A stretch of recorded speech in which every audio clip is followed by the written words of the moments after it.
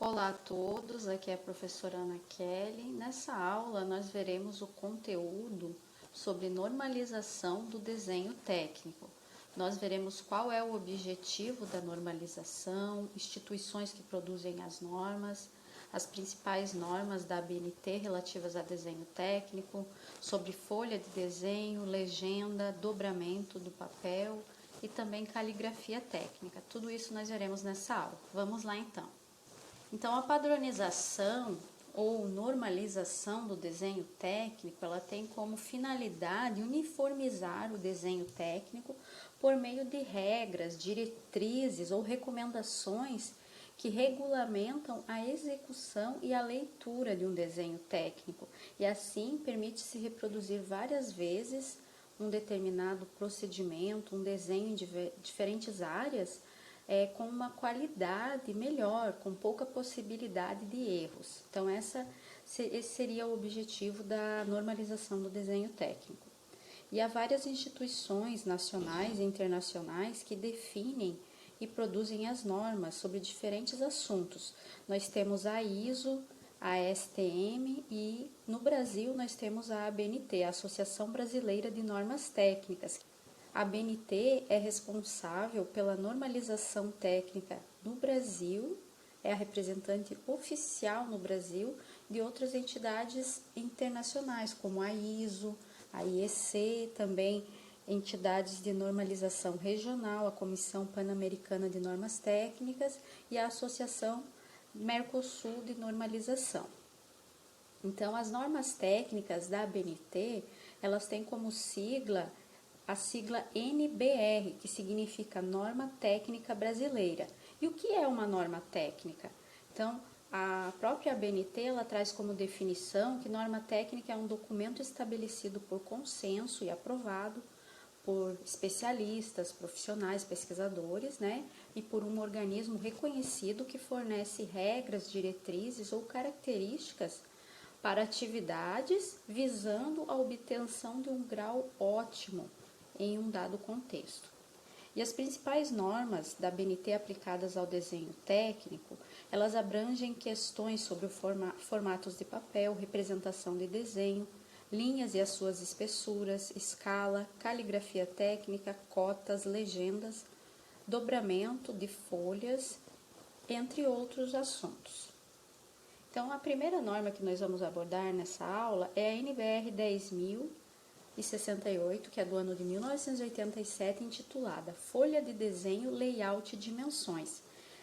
Essa norma padroniza as características dimensionais das folhas em branco e pré-impressas aplicadas em todos os desenhos técnicos.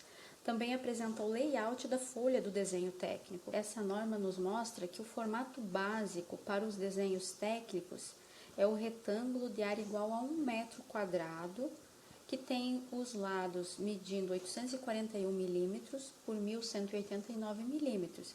E esse formato, ele é denominado formato de folha A0. E dessa folha se derivam todas as demais folhas utilizadas em desenho técnico. Então, aqui nós temos essa imagem, né? As imagens mostrando todas as folhas. A primeira folha maior é o formato A0, depois nós temos a folha A1, que seria a metade de uma folha A0, se nós dividirmos no meio a folha A0. Depois, dividindo uma folha A1 no meio, nós teremos a folha A2 e assim sucessivamente A3, A4, A5, A6, A7 e A8. Então, as folhas que talvez vocês estejam mais familiarizados são as folhas A4, que são mais utilizadas. Alguns exercícios na nossa disciplina, em alguns casos, podem ser feitos em folha A3, que a folha A3 é o dobro da folha A4, e é bem comum, vocês vão conhecer mais no decorrer aí da trajetória, folhas A5 são utilizadas em livros e também são utilizadas nos trabalhos de conclusão de curso, dissertações e mestrado.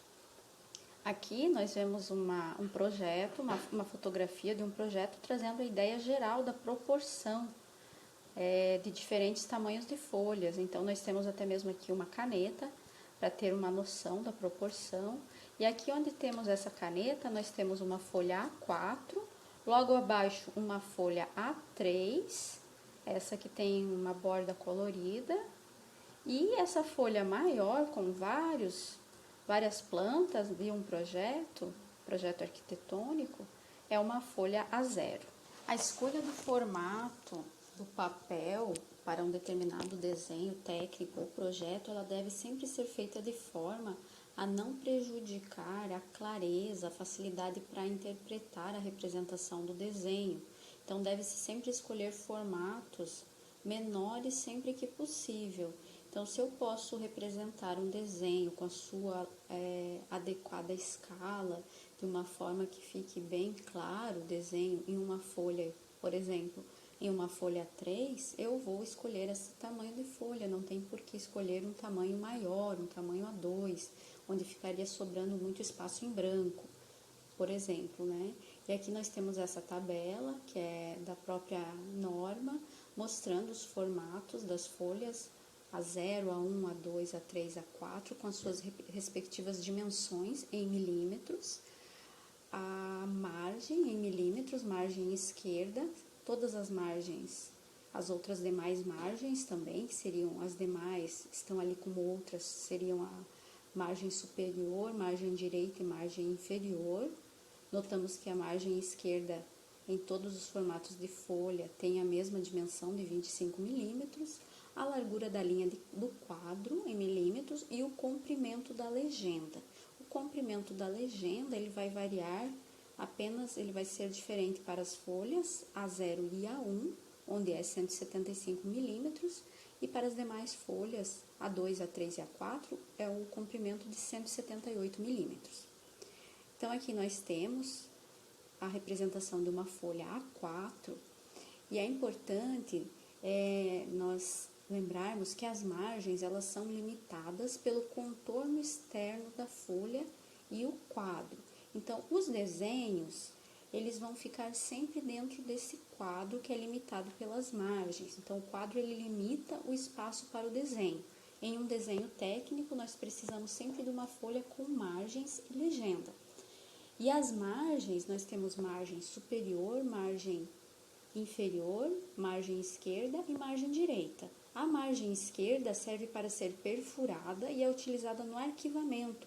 Por isso, ela tem uma dimensão maior que as demais margens. Então, a margem esquerda ela tem 25 milímetros, para que possa ser grampeado, arquivado, perfurado e assim o armazenamento das folhas. Então, aqui nós temos uma figura mostrando o espaço para o desenho, que é o espaço limitado pelas margens, o quadro do desenho, a margem e o limite do papel.